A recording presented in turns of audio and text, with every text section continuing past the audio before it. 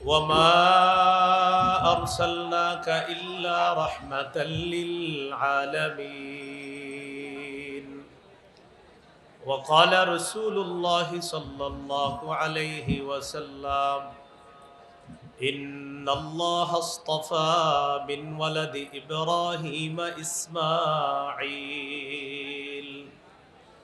واصطفى من ولد إسماعيل بني كنانة، واصطفى من بني كنانة قريشا، واصطفى من قريش بني هاشم، واصطفاني من بني هاشم، أو كما قال عليه الصلاة والسلام.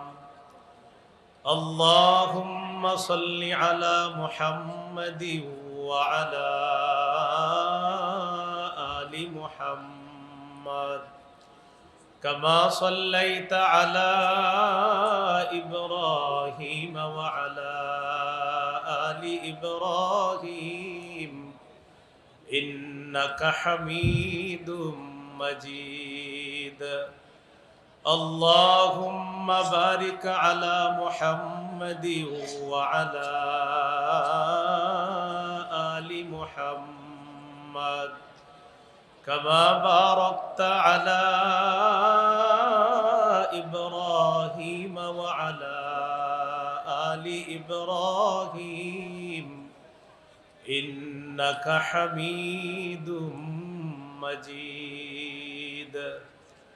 اللهم إني أعوذ بك من شر لساني ومن شر سمعي ومن شر بصري ومن شر مني.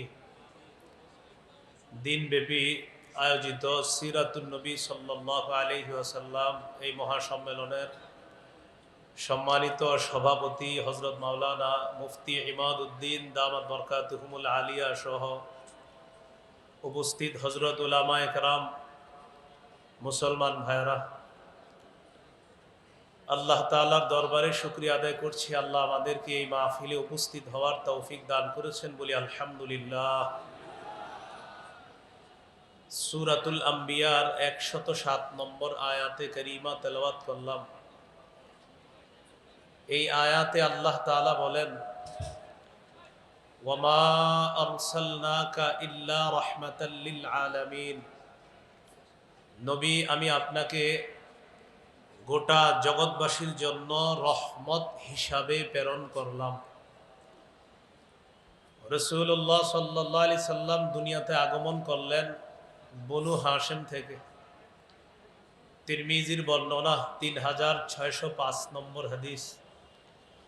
এই হাদিসে আল্লাহ রাসূল সাল্লাল্লাহু আলাইহি ওয়াসাল্লামের ইরশাদ, নবীজি বলেন, ইন্নাল্লাহা আস্তাফা মিন ওয়ালাদি ইব্রাহিম ইসমাঈল। আল্লাহ তাআলা ইব্রাহিম আলাইহিস সালাতু ওয়াস সালামের সন্তানদের মধ্য থেকে ইসমাঈল আলাইহিস সালাতু ওয়াস সালামকে নির্বাচন করলেন। ওয়াসতাফা মিন ওয়ালাদি ইসমাঈল বনি কিনানা। ইসমাঈল আলাইহিস সালাতু ওয়াস সালামের বংশ থেকে বনি কিনানা গোত্রকে নির্বাচন করলেন।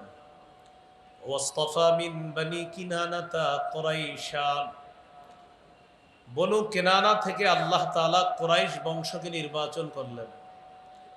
ওয়াসতাফা মিন কুরাইশিন বনি হাশিম। কুরাইশ থেকে আল্লাহ তাআলা বনু হাশিমকে নির্বাচন করলেন। রাসূলুল্লাহ সাল্লাল্লাহু আলাইহি ওয়াসাল্লাম বলেন, ওয়াসতাফানি মিন বনি হাশিম। আল্লাহ তাআলা আমাকে বনু হাশিম থেকে নির্বাচন করেছেন। রাসূলুল্লাহ সাল্লাল্লাহু আলাইহি সাল্লাম দুনিয়াতে আসলেন। নবীজি সাল্লাল্লাহু আলাইহি সাল্লামের আগমন, জন্মের আরবি হলো মিলাদ। সাথে আর নবী লাগাইলে মিলাদুন নবী। এখানে আর নবী দ্বারা উদ্দেশ্য মুহাম্মদ সাল্লাল্লাহু আলাইহি ওয়াসাল্লাম। পুরাটার অর্থ দাঁড়ায় মুহাম্মদ সাল্লাল্লাহু আলাইহি ওয়াসাল্লামের জন্ম। তিনি আসলেন পৃথিবীতে তাকে দেখতে কেমন মনে হতো এক বাক্যে যদি বলা হয়, তিরমিজির বর্ণনা 3637 নম্বর হাদিস, 3637, 3637, এই হাদিসের মধ্যে আছে কানা রাসূলুল্লাহ সাল্লাল্লাহু আলাইহি ওয়াসাল্লাম আবিয়াদা কান্নামা সিগা মিন ফিদ্দা। রাসূলুল্লাহ সাল্লাল্লাহু আলাইহি ওয়াসাল্লাম এত সুন্দর ছিলেন, দেখলে মনে হতো যেন তাকে রূপা দিয়ে গঠন করা হয়েছে। রাসূলুল্লাহ সাল্লাল্লাহু আলাইহি ওয়াসাল্লামের মাথা কেমন ছিল? আল জামিউস সগীর হাদিসের কিতাব 6452 নম্বর হাদিস, এই হাদিসের মধ্যে আছে কানা রাসূলুল্লাহ সাল্লাল্লাহু আলাইহি ওয়াসাল্লাম যখমার রাসি। রাসূলুল্লাহ সাল্লাল্লাহু আলাইহি ওয়াসাল্লামের মাথা তুলনামূলক একটু বড় ছিল, দেখতে অনেক সুন্দর লাগতো। মাথার চুলগুলো কেমন ছিল? ঘন নাকি পাতলা?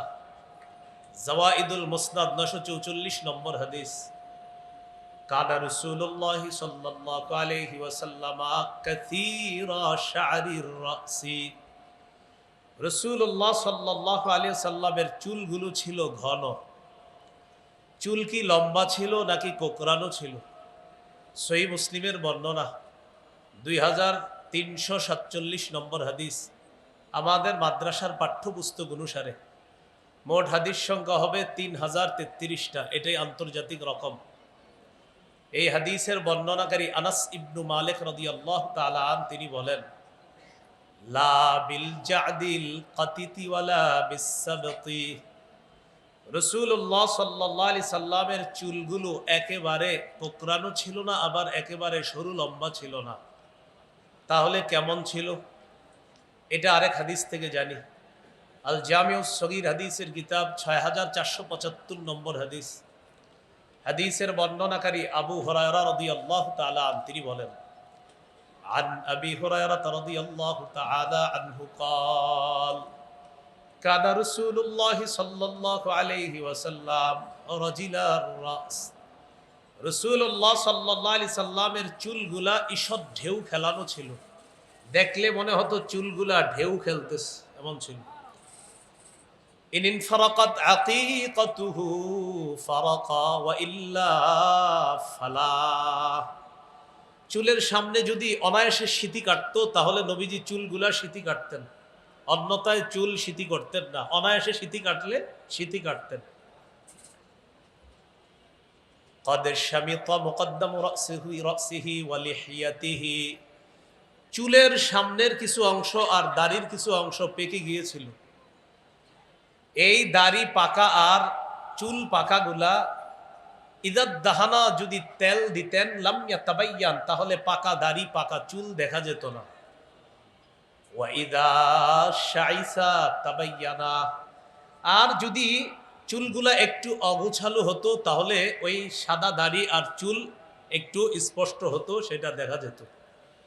এই হলো রাসূল সাল্লাল্লাহু আলাইহি ওয়াসাল্লামের চুলের বর্ণনা। চুলের পরিমাপ কতটুকু ছিল এই ব্যাপারে ওলামায়ে কেরাম সবাই এখানে, আমি আপনাদের কিন্তু বলতেও পারি না। ওলামায়ে কেরাম ছাড়া অন্য যারা আছে আপনারা 3টা শব্দ মনে রাখবেন। 1 নম্বর ওয়াফরাহ, 2 নম্বর লিম্মাহ, 3 নম্বর জুম্মাহ। কানের অর্ধেক পর্যন্ত চুল, এটা হলো ওয়াফরাহ। 2 কান আর কাঁধের মাঝামাঝি চুল, এটা হলো লিম্মাহ। কাঁধ পর্যন্ত চুল, এটা হলো জুম্মাহ।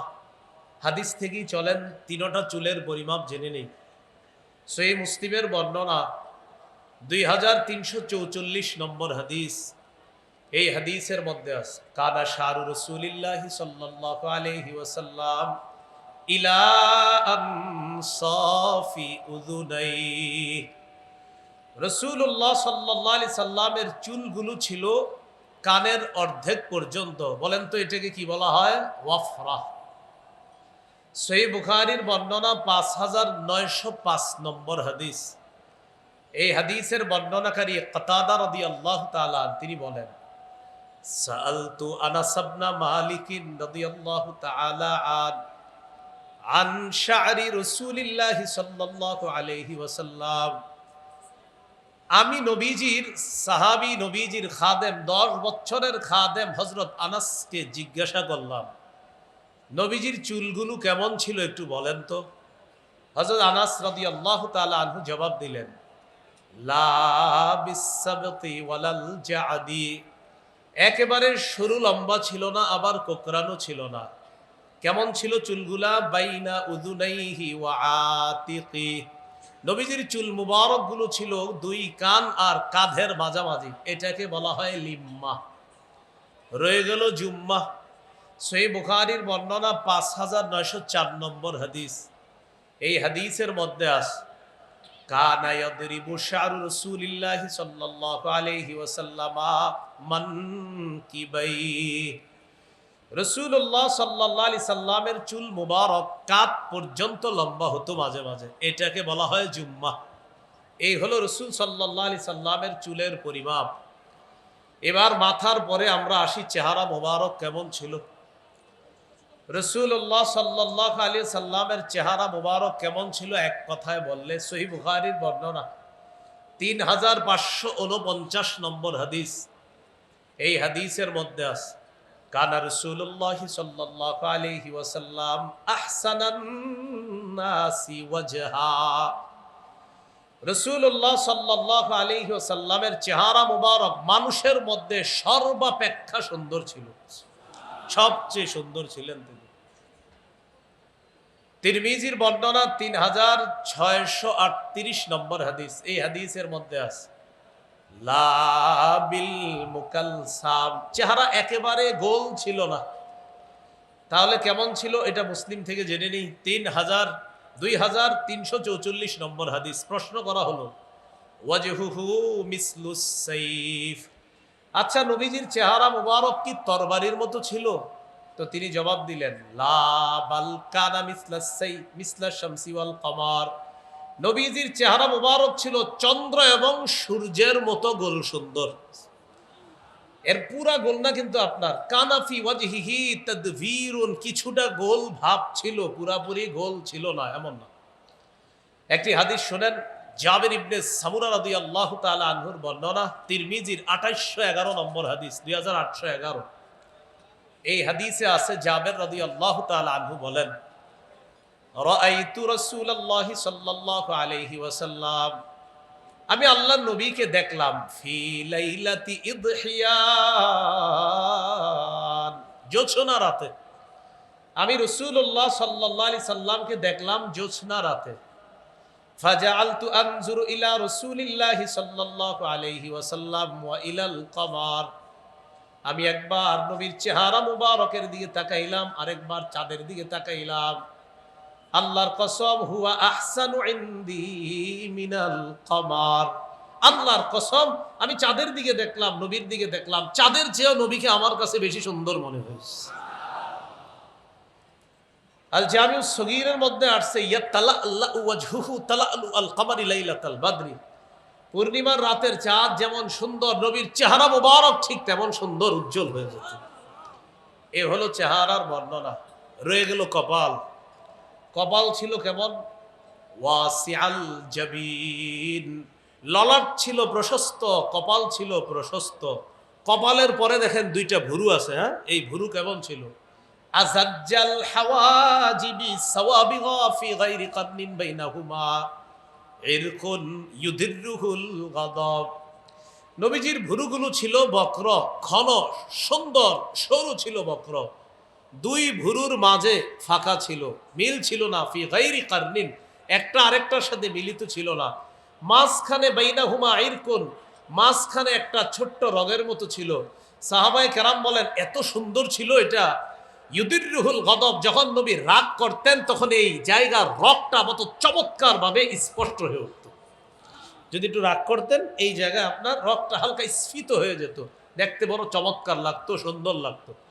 গর্ভবতী স্ত্রীদেরকে এইগুলা একটু শোনায়, বুঝছেন, নাটক সিনেমা না দেখা এইগুলা শোনাবেন। নবীজি নাক কেমন ছিল, কাম কেমন ছিল, এগুলা এদেরকে লিখে দিবেন, টানায় দিবেন, ঘরের জানালায় ঝুলিয়ে দিবেন। নাটক সিনেমা দেখেন, দেখার পর যে সন্তান পেট থেকে আসে, পরে এটা গিয়া শাহবাগ গিয়ে ইসলামের বিরুদ্ধে কথা বলে। এরকম ফ্যাক্টরি এখন সম্পদ তো এমনই আসবে। আল্লাহ আমাদেরকে হেফাজত করেন। এই ছিল রাসূল সাল্লাল্লাহু আলাইহি ওয়াসাল্লামের ভুরু। এরপরে আপনার নবীজি সাল্লাল্লাহু আলাইহি সাল্লামের ভুরুর নিচে চোখ, চোখ কেমন ছিল? সহিহুল আদাবিল মুফরাদ কিতাবের নাম কিন্তু আল আদাবুল মুফরাদ, এটা ইমাম বুখারীর লেখা। এটার আপডেট ভার্সন হলো সহিহুল আদাবিল মুফরাদ, সেটা বিশাল হিস্ট্রি সহিহ, এটা অন্য জগৎ। তো সহিহুল আদাবিল মুফরাদ 988 নম্বর হাদিসের বর্ণনা।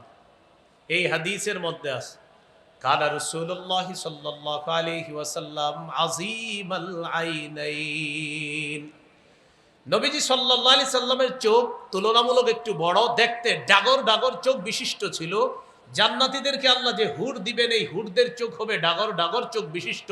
আল্লাহ আমার নবীকে দুনিয়াতে এই ডাগর ডাগর চোখ ওয়ালা নবী বানায়েছেন। চোখের ভিতরে মণি, এটা কেমন ছিল? আদআজাল আইনাইন, তিরমিজির বর্ণনা 3638 নম্বর হাদিস, লম্বা হাদিস। এখানে আসছে আদআজাল আইনাইন, চোখের দুই মণি ছিল খুব কালো, ঘন কালো ছিল।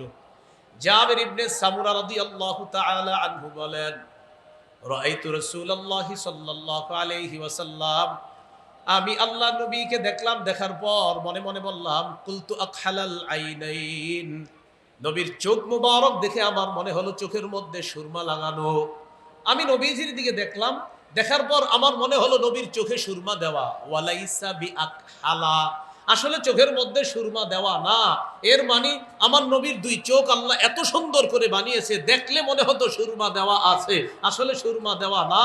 আমরা সুরমা দিয়ে সুন্দর বানাইলে চোখ যেমন হয়, আল্লাহ সুরমা ছাড়াই নবীর চোখ এমন ভাবে বানায়। এই ছিল চোখের সৌন্দর্য। চোখের পাশে রয়ে গেল নাক। নাক ছিল কেমন? আকনাল ইরনিন, নাক তুলনামূলক একটু উঁচা ছিল। লাহু নূরুন ইয়ালু, নাকের উপরের অংশে একটা আলো উদ্ভাসিত হতো, একটা নূর উদ্ভাসিত হতো। ও আবার নূর মানে কিন্তু নূরের তৈরি না, এখানে আবার একটা বিষয় বুঝতে হবে। হ্যাঁ, একে এক আদিব ঝামেলা। মানে আমরা অনেক সময় বলি অমুক রে, অমুক হুজুর রে, আল্লাহ মাশাল্লাহ তার চেহারাটা কি নুরানি চেহারা। নুরানি মানে কিন্তু নূর না। নুরানি বললে কি নূরের তৈরি হওয়া আবশ্যক হয় না। লম্বা প্রমাণ আদি দেওয়া যাবে, অনেক প্রমাণ দেওয়া যাবে যে নূর বললেই নূরের তৈরি হয় না। বলে নূর বললে কিসের তৈরি হয় না? নূর। এই জন্য যারা নাকি নবীজিকে নূর বলে, তারা বলে কাদ জাআকুম মিনাল্লাহি নূর, এই আয়াত দিয়ে দলিল দেয়। এটার বিপক্ষে আমার লম্বা আলোচনা আছে যে নূর বললে যে নূরের তৈরি হয় না, অসংখ্য অগণিত দলিল দিয়েছি যে নূর বললে নূরের তৈরি হয় না। এর সবচেয়ে বড় প্রমাণ আল্লাহু নূরুস সামাওয়াতি ওয়াল আরদ, আসমান জমিনের নূর আল্লাহ। নাউজুবিল্লাহ, আল্লাহ কি নূরের তৈরি? জানি না। হ্যাঁ, আল্লাহ নূরুস সামাওয়াত আছে, তো নূর বললে যদি নূরের তৈরি হওয়া লাজেম হয়, তো আল্লাহ কি বলবেন? এই জন্য এইগুলা না না বুঝেন নাই, নূর বললে নূরের তৈরি না, এটা অসংখ্য জায়গা আছে। ওয়াজআলাল কমারা নূরা, আল্লাহ বলছে চন্দ্রকে করেছেন তিনি নূর। চাঁদ কি নূরের তৈরি? জানি না। অসংখ্য অগণিত প্রমাণ দেওয়া যায়, নূর বললে নূরের তৈরি হয় না। কিয়ামতের ময়দানে তো এমন হবে, ইমানদারদেরকে আল্লাহ তাআলা বলবেন যে ইমানদারদের সামনে পিছনে শুধু নূর আর নূর হবে। মুনাফিকরা বলবে নাক্তাবিস মিন নূরিকুম, একটু থামো না, তোমাদের থেকে একটু নূর নেই। তো ইমানদার নূরের তৈরি। এই জন্য নূর বললেই নূরের তৈরি হয় না। রাসূল সাল্লাল্লাহু আলাইহি সাল্লামের নাক একটু উঁচা ছিল, এখান থেকে নূর উদ্ভাসিত হতো, আলো উদ্ভাসিত হতো। এই ছিল নাকের বর্ণনা। রয়ে গেল নিচে গাল। গাল মোবারক কেমন ছিল? সাহলাল খাদ্দাইন, ছিল সমান। দেখেন, সমান বললে মাথায় আসতে পারে এটা কেমন সমান, কিভাবে? মোট কথা, মানুষের গাল যেমন সুন্দর হতে পারে, আল্লাহ নবীর গাল ঠিক তেমন সুন্দর করে বানিয়েছেন।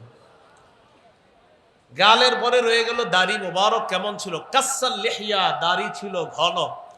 এরপরে একটু নিচে আসেন, দাঁত মুবারক কেমন ছিল? মুফাল্লাজাল আসনান, সামনের দাঁত কিছুটা ফাঁকা ছিল, সুন্দর ছিল সামনের দাঁতগুলা, কিছুটা ফাঁকা, দেখতে অস্বাভাবিক সুন্দর লাগতো। রয়ে গেল মুখের ভিতরের থুতু, এই থুতু মুবারক কেমন ছিল? সহিহ বুখারীর বর্ণনা 4210 নম্বর হাদিস। খায়বারের যুদ্ধ, এই খায়বারের যুদ্ধের দিন রাসূলুল্লাহ সাল্লাল্লাহু আলাইহি সাল্লাম বললেন, আন সাহাল ইবনে সাদ الساعدي رضي الله تعالى عنه قال قال رسول الله صلى الله عليه وسلم يوم خيبر লাউতিয়ান্নার রায়াতা গাদান ইউহিব্বুল্লাহা ওয়া রাসূলাহু ওয়া ইউহিব্বুহুল্লাহু ওয়া রাসূলুহু। রাসূলুল্লাহ সাল্লাল্লাহু আলাইহি সাল্লাম বললেন, আমি আগামীকাল পতাকা এমন এক ব্যক্তিকে দিব যে আল্লাহকে ভালোবাসে, রসুলকেও ভালোবাসে, আর আল্লাহ এবং তার রসুলও তাকে ভালোবাসে, এমন এক ব্যক্তিকে আমি আগামীকাল পতাকা দিব। ইয়াফতাহুল্লাহু আলা ইয়াদাইহি, আল্লাহ তাআলা তার হাতে খায়বার বিজয় করবেন বলে আমি নবী আশাবাদী। সাহাবী সাহাল ইবনু সাদ রাদিয়াল্লাহু তাআলা আনহু বলেন, ফাবাতান নাসু ইয়াদুকুনা লাইলাতাহুম, সব সাহাবীরা রাতের বেলা ঘুমায় না, সমস্ত সাহাবীরা আলাপের মধ্যে কাটিয়ে দেয় আর টেনশন করে, আইয়ুহুম ইউতাহা, না জানি আগামীকাল পতাকা কার হাতে দেয়। সবার আশা, না জানি নবী পতাকাটা কাকে দেয়, যদি আমাকে দিত, যদি আমাকে দিত, মানে আশা হলো যে রাসূল সাল্লাল্লাহু আলাইহি সাল্লাম পতাকা কাকে দিবে। তো এই পতাকা পাওয়ার জন্য সবাই আশা করতেছে।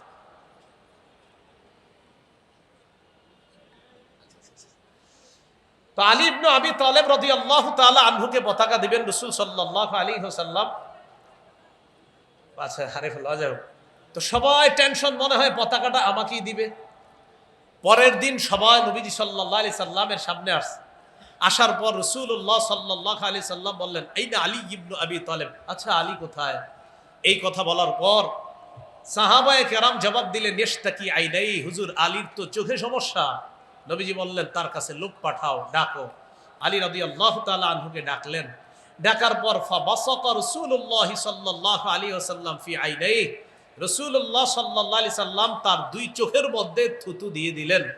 থুতু দেওয়ার সাথে সাথে হযরত আলীর চোখ দুইটা ভালো হয়ে গেছে। সাহাবী বলেন, এমন ভালো হলো যেন তার চোখের মধ্যে কোনো সমস্যাই কখনো ছিল না, এমন ভালো হয়ে গেল তার দুই চোখ।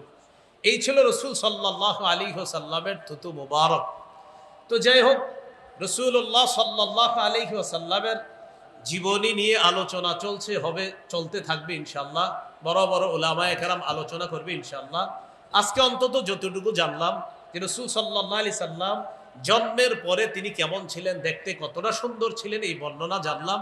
সর্বশেষ কথা, মিলাদ অর্থ জন্ম, মিলাদুন নবী অর্থ মুহাম্মদ সাল্লাল্লাহু আলাইহি সাল্লামের জন্ম।